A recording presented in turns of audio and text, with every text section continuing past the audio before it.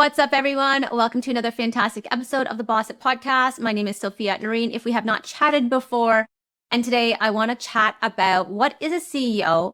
And I want to give you 3 tips on what I feel are important characteristics or skills that a CEO should possess or try to elevate.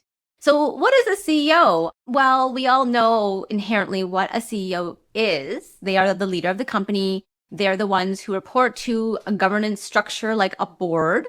And if these are new phrases for you, I will put some links below so you can go ahead and look up what governance is. But if you are a company or you form a company and you incorporate and you're no longer doing a sole proprietorship, then you would have to report to a board of directors. So we'll talk about that later on, but I'll put a link below for now so you can check out what a governance board of directors could look like. For now, I want to just say a CEO is the one who will set the vision for the company. They are the ones who will say, this is the strategy, and we are going to do these things to get to this big goal. So for our company, Also Sophia, I am the CEO, and I have been since the inception of the company. And of course, I had to set the strategy in order for us to hit our big goals. Our financial goals and our developmental goals and our product goals and our partner goals and all the goals that are associated with running that company. And so when I did that, of course, I needed to have the vision to be able to say, okay, these are the products that are going to be placed in this particular retailer. And our vision is to be at this retailer at this time of the year. And that was really me doing the CEO role. What ends up happening for a lot of people, especially new CEOs or new leaders of a company, is that they tend to try to do everything. And so I'm going to leave you with a few tips on how to level up your CEO game. If you are starting a business or you are thinking about starting a business, this is things that you can do today to increase your capacity as a CEO from a mindset perspective. And then how can you apply your mindset or these perspectives to your everyday life today in order to be able to exercise the skills that you need to become a CEO or a successful CEO. So let's get into those 3 tips next. So my first tip is that you really need to learn to delegate and trust others. Now, in past episodes, we have chatted about delegation and the art of delegation and the importance of delegation and why you need to learn to strengthen that skill. So I will leave a link below for another episode that we did specifically on delegation. But for now, I want you to think about activities that you might be doing in your business, or you might actually think about doing in the business if you haven't started a business yet, that you could delegate out to somebody else. Now, a great example for many online businesses is delegating out any type of social media. We've chatted about how social media is a hamster wheel and you have to continuously produce content and edit content and then publish content. And all of those steps take time and take energy, and will actually take focus away from you being able to run your company, setting the vision, and basically directing the company towards the next big goal or next big mission.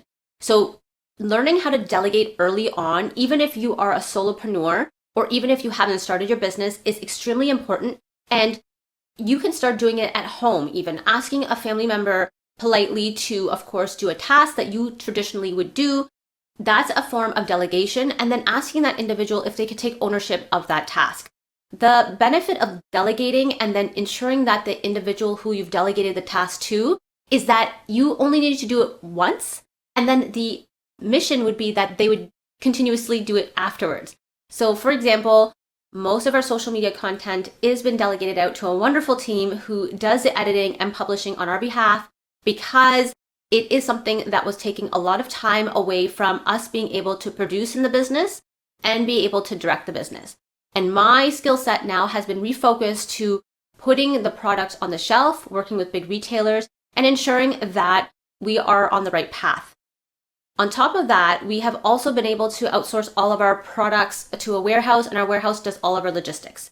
So that is another form of delegation, especially for my business owners who own products.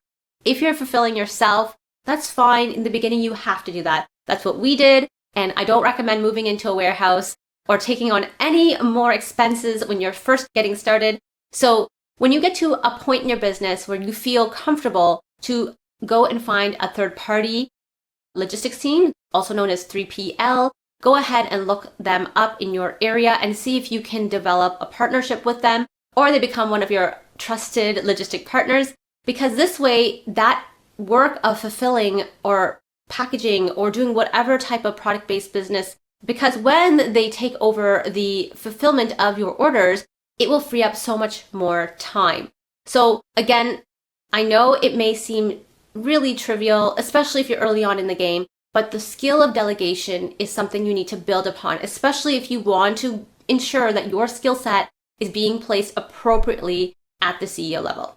The next tip is probably my favorite, and the reason why is because it's all about taking risks and exercising your tolerance for taking risks. Being a CEO or starting a business is a risky endeavor. It's much easier for us to go out and get a job. It probably could even be more financially sound for many of us to go out and take a job, right? Because starting a business not only takes your energy, time, but it also takes capital. Now, it could be your own capital if you're bootstrapping it, or it could be capital from a borrowed source, or maybe you are partnering up and you're the sweat equity and the other person is providing capital. Regardless, starting a business is risky. So yes, you are exercising the skill of taking risks, but what I'm going to suggest is you continuously expand on that risk-taking skill, not just starting the business, because starting the business is, yes, you've stepped off that podium, you're ready to jump, but you're going to have a series of occurrences in your business that are going to ask you to make decisions. And sometimes those decisions are going to be risky, and you're going to have to ask yourself, are you able to stomach the risk?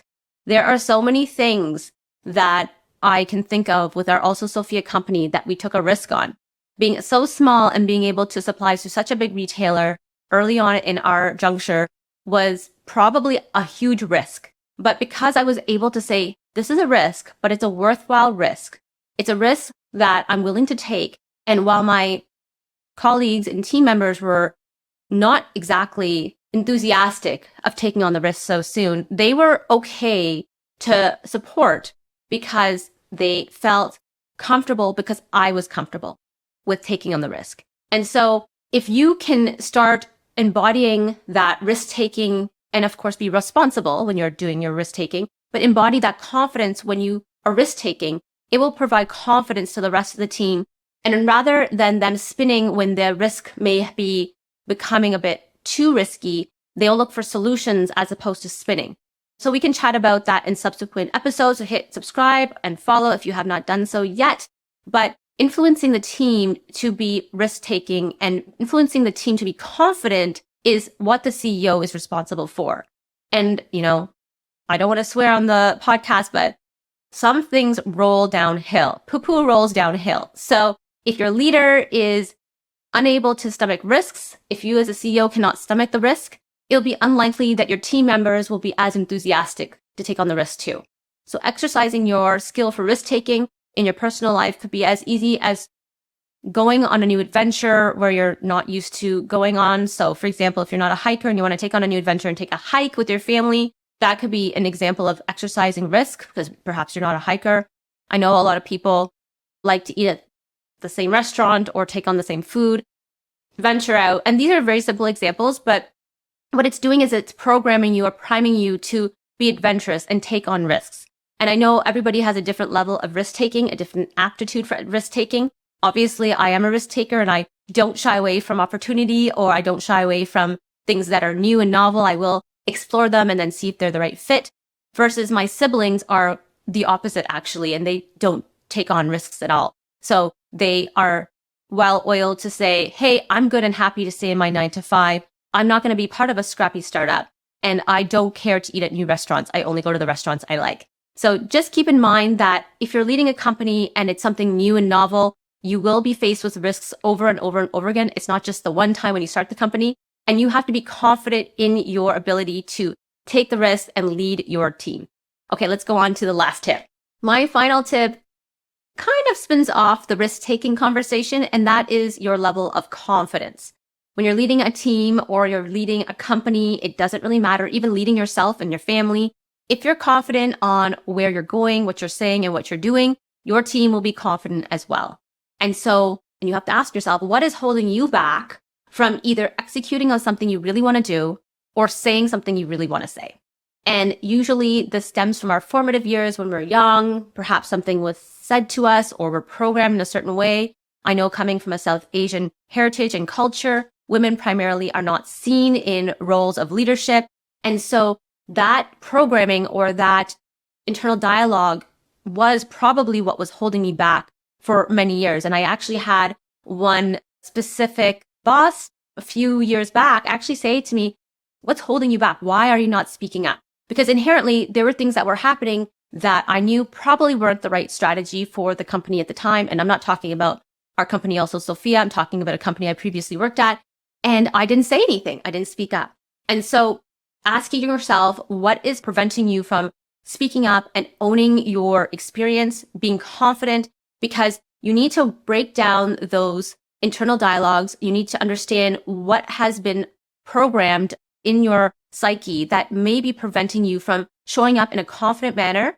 Because if you're not confident, what's going to end up happening is your team will sense it, your partners will sense it. And in business, if you don't exude confidence, it's unlikely people will take you seriously. So that is my third and final tip for today for being able to level up and act as a CEO or aspire to be a business leader, because I think everything hinges on your ability to be confident. You have to be confident to be able to start your business, of course. You have to have a level of confidence to delegate to other individuals and let them feel confident that they should take direction and lead from you. And then you have to be, of course, confident to take on risks. So in a nutshell, if you can really work on that final tip and really level up your confidence, there's no stopping you. Okay, guys, I hope that was good for you and you enjoyed this segment. If you have any questions or comments, you can always follow us on Instagram and send us a DM at Boss It Club. You can also send a comment below this video if you're catching us on the YouTube. And we release an episode every week, so make sure you hit subscribe and follow. We will put another exciting episode for you at the end screen, so you can tap on that and check out more from what we have to offer. Otherwise, we'll see you next week. And remember, make a plan and take action. And yes, you can have it all. Talk to you later. Bye.